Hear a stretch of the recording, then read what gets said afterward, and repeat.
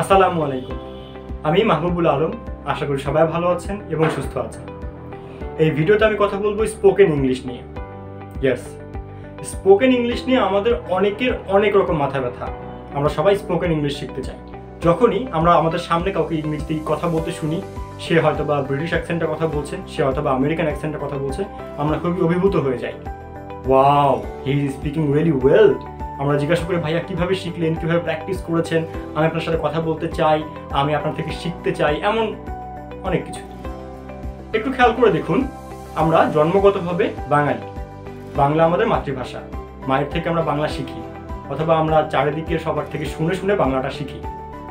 ওকে, একটা সময় যখন আমরা বড় হই, চাকরি ক্ষেত্রে আসি বা যে বিভিন্ন জায়গায় আমরা যখন ছড়িয়ে পড়ি, তখন খেয়াল করে দেখুন সবাই কিন্তু বাংলা ভাষা বলতে পারছে কিন্তু লিখতে পারছে না।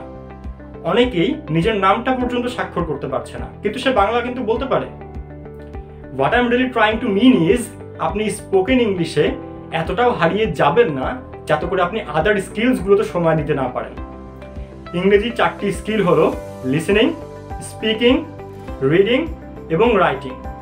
আপনি যদি আলটিমেটলি ইংরেজিতে দক্ষ হতে চান তাহলে আপনাকে 4টি স্কিলেই ফোকাস করতে হবে।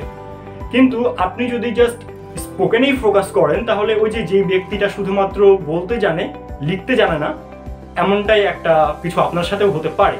হ্যাঁ, আপনি বলতে পারেন যে আমি তো লিখতে পারি, লাইক এসএসসি, এইচএসসি এক্সামস আমি দিয়েছি, সেখানে আমি প্যারাগ্রাফ লিখেছি, কম্পোজিশন লিখেছি, বাট এতটুকুই কি যথেষ্ট? যখন আপনি অফিসে জব করবেন, আপনাকে একটা রিপোর্ট সাবমিট করতে বলা হবে আপনার কাজের উপরে, তখন নিশ্চয়ই আপনার স্কুলের প্যারাগ্রাফ আপনাকে হেল্প করবে না। এই কাজটার জন্য আপনাকে আপনার রাইটিং স্কিলে কাজ করতে হবে।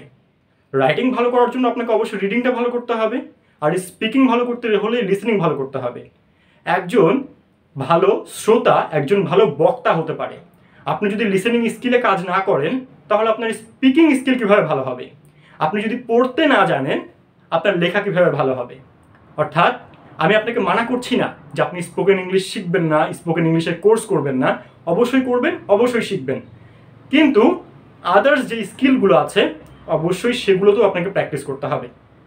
আই গেস আমার যে উদ্দেশ্যটা ছিল এই ভিডিওর পেছনে সেটা আপনাদের কাছে ক্লিয়ার হয়ে গেছে। সো আমি বিদায় নিচ্ছি। আসসালামু আলাইকুম, আল্লাহ হাফিজ।